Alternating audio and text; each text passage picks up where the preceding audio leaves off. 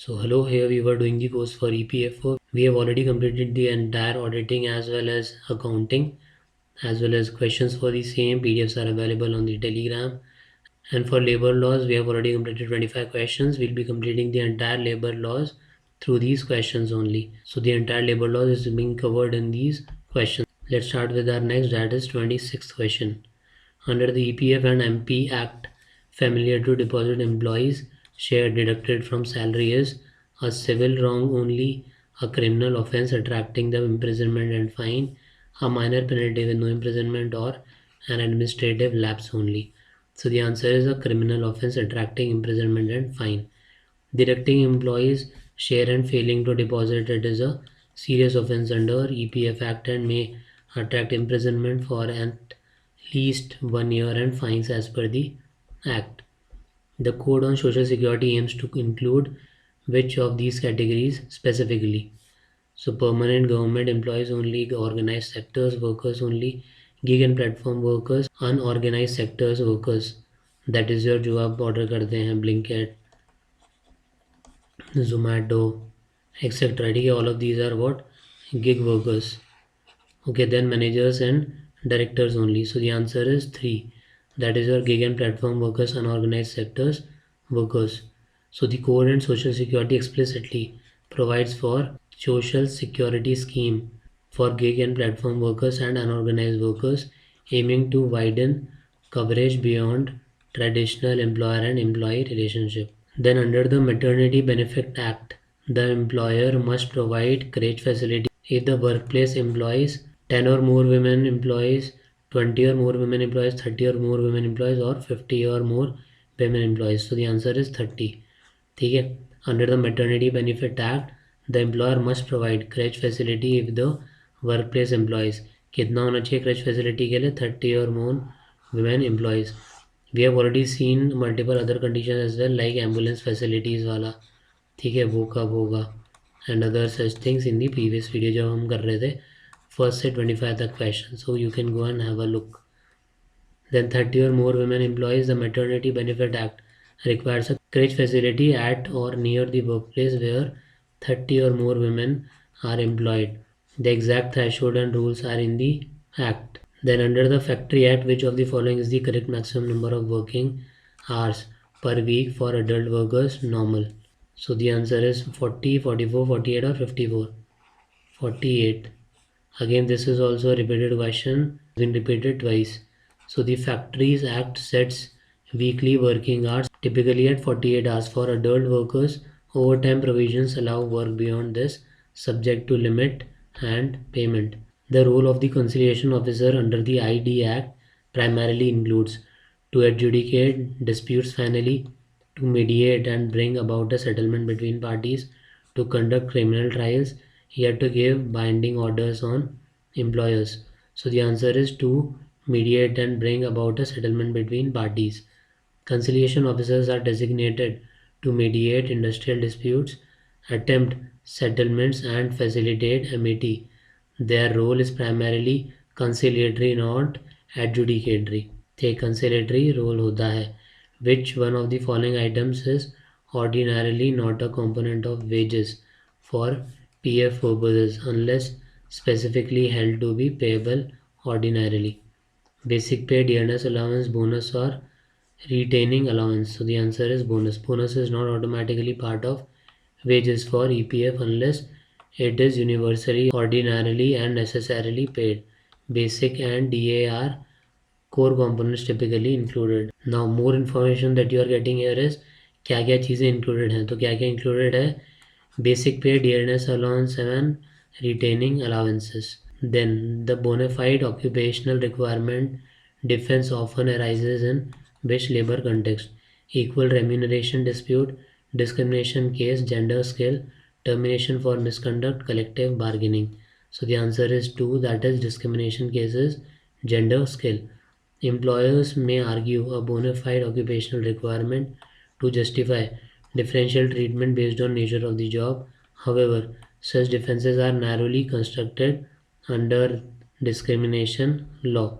Under the Employees State Insurance Act, the minimum wages threshold for coverage wage ceiling for employees to be covered is generally current scale subject to notification 10,000 per month, 15,000, 21,000 or 25,000. So the answer is 21,000 per month. ESIC has a wage limit for coverage. The current notified wage ceiling is 21,000 per month subject to official notifications capturing lower income employees for ESI benefits. Then under the Minimum Wages Act, payment below notified minimum wage constitutes first a lawful managerial discretion, an offence punishable with penalty and or imprisonment, a civil breach with no criminal consequences, a departmental fine only. So the answer is an offence punishable with penalty and or imprisonment. Paying less than minimum wage is an offence under the Act and may attract fines or imprisonment. Authorities can prosecute defaulting employers. Then, the Industrial Relation Code raised the threshold for requiring prior government permissions for layoff, retrenchment, closure to central model. So, 100 workers, 200, 300 or 500 workers. So, the answer is 300 workers. The Industrial Relation Code set a high threshold, 300 workers as the central model for prior permission for layoff, retrenchment, closure, shifting the regulatory focus to larger establishments. States may specify under the Payment of Gratuity Act in case of death or disablement. Gratuity is payable only after 5 years of service, even if the employee has less than 5 years of service. Only to employees with more than 10 years or not payable in case of death. So, 2.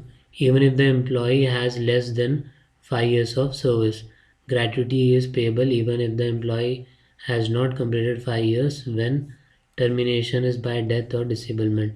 The Act contains this exception to the 5-year rule. So what is the exception if the termination is by death or by disablement? Which of the following is a permissible ground for a strike under the Industrial Dispute Act? So to coerce employer to rehire dismissed employees ignoring law, over grievances relating to wages and service conditions after following notice requirements, to disrupt production without notice to prevent conciliation from occurring. So the answer is 2, that is over grievances relating to wages and service conditions after following notice requirements. Strikes are lawful when done for legitimate grievance matters, subject to notice and restrictions, especially in public utility service and after conciliation if required. Under POSH Act, during conciliation before starting inquiry, monetary settlement is allowed as the sole outcome, not allowed as a condition. Conciliation may be attempted but cannot replace inquiry that addresses the complaint's substance. POSH allows conciliation but bars monetary settlement that fails to address rights. Conciliation cannot override the statutory inquiry and due process when dealing with sexual harassment complaints. Then, under the CLRA Act, what is the maximum period for which contract labor can be engaged in the absence of abolition notification for an establishment? Unlimited, subject to licensing, not allowed at all, only for seasonal, temporary, contractual nature, task as permitted by law, only up to 6 months. So the answer is third, only for seasonal, temporary, contractual nature, task as permitted by law. So contract labor is permissible for non-core activities and certain specified tasks, seasonal, temporary, specialized. Principal employer obligations and licensing must be followed. Core activities may be restricted by notification. Then under EPF rules, when an employer deducts employee's share but fails to deposit it, the action likely attracts only civil recovery of dues, criminal prosecution under the EPF Act, including imprisonment and fine, a warning letter only, referral to labor court only. So answer is criminal prosecution under the EPF Act, including imprisonment and fine. Withholding employees' share and not depositing is a grave offence. EPF statute provides for punitive action including imprisonment and fines, reflecting the protective purpose of the law. Under the OSH or OSH code, the employer duty to provide safety includes only providing PPE, implementing all necessary safety measures, training, risk assessment and periodic health checks, leaving safety to individual employees, only ensuring building safety. So the answer is 2, that is implementing all necessary safety measures, training, risk assessment, and periodic health checks. The OSH code mandates comprehensive safety obligations, risk assessments, safety systems, training, PPE, medical checks, and safe working conditions, not limited to PPE alone. Under the Social Security Code, which body is proposed to recommend social security schemes for gig and platform workers? Labor Code, National Social Security Board, that is NSSB, then EPF Appellate Tribunal, State Police. So the answer is NSSB, that is National Social Security Board. The code envisages social security boards, central and state, to frame and recommend schemes for gig platform workers and to oversee implementation and financing. Then, which of the following is true about the workmen? Under the Industrial Disputes Act, only manual workers are workmen. Supervisory staff with the managerial functions are typically excluded. Persons in managerial cadres are always workmen. Only permanent employees are workmen. So the answer is 2. Supervisory staff with managerial functions are typically excluded. ठीक है, किससे? Workman की definition से, under the industrial dispute act. So again a previous year question पहले आया हुआ है. कौन एक्सक्लूड होता है इसमें? मैनेजेरियल फंक्शन का जो स्टाफ है, supervisory staff with managerial function. So the test is functional. Those exercising managerial or supervisory authority primarily are not workmen. The actual nature of duty is not designation is decisive. Which of the following remedies is available if an employer fails to implement a conciliation settlement? Nothing. Conciliation is non-binding. Parties can file for enforcement in industrial tribunal, labor court, or treat it as a binding settlement under section 18 if signed. Only criminal prosecution is possible. Refer to municipal authority. So answer is 2, that is parties can file for enforcement in industrial tribunals, labor court, or treat it as a binding settlement under section 18 if signed. So a settlement recorded and signed is binding and enforceable. ठीक है, it has to be signed. ठीक है, recorded and signed. Non-implementation can be challenged in relevant adjudicatory bodies. Then under the Industrial Employment Standing Orders Act, certified standing orders become binding on the employer only, the employees only, both employer and workmen covered by the act, government only. So the answer is 3, that is both employer and workmen covered by the act. So once certified standing orders govern conditions of service for the workmen covered, they have statutory force as per the act. So the eShram portal primarily aims to provide payroll service for private companies, create a national database of unorganized sector workers for social security linkage, then replace EPF database entirely, or provide loan to workers. So the answer is 2, that is create a national database of unorganized sector workers for social security linkage, that is your eShram portal. The eShram portal is designed to register unorganized workers to enable targeted social security benefits, portability, and better outreach of welfare schemes.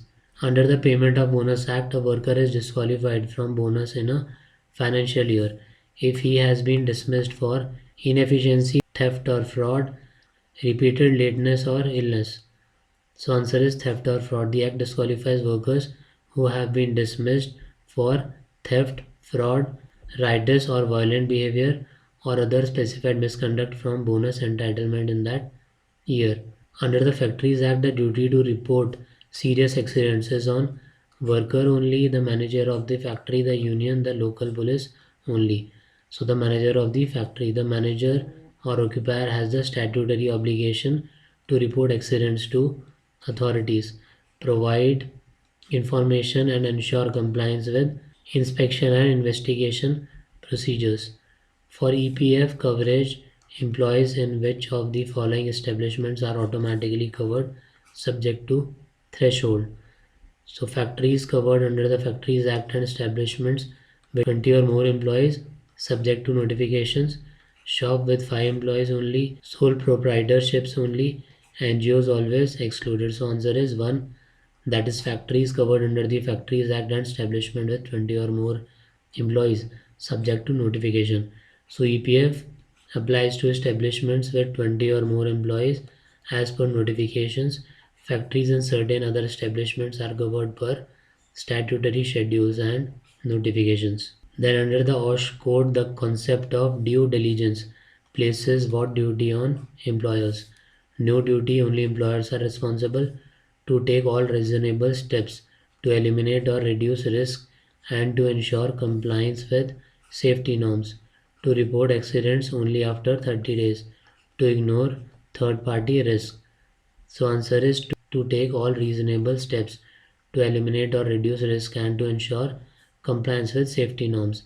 So employers are required to exercise their due diligence in safety management, risk assessment, preventive control, training, emergency preparedness, and ensuring compliance to protect worker health and safety. So then question for you is, which of the following bodies hears appeals against orders of the EPF Appellate Tribunal or its successor? Supreme Court directly, High Court via writ jurisdiction or Supreme Court or special leave petition, Labor Court or local civil court. So try to answer this question. In the next we'll start with 51 and see how far we can go in the next one.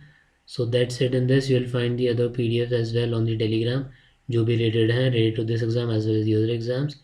If you want any other thing, do let me know. I'll try to provide with that resource. So all the very best and thank you.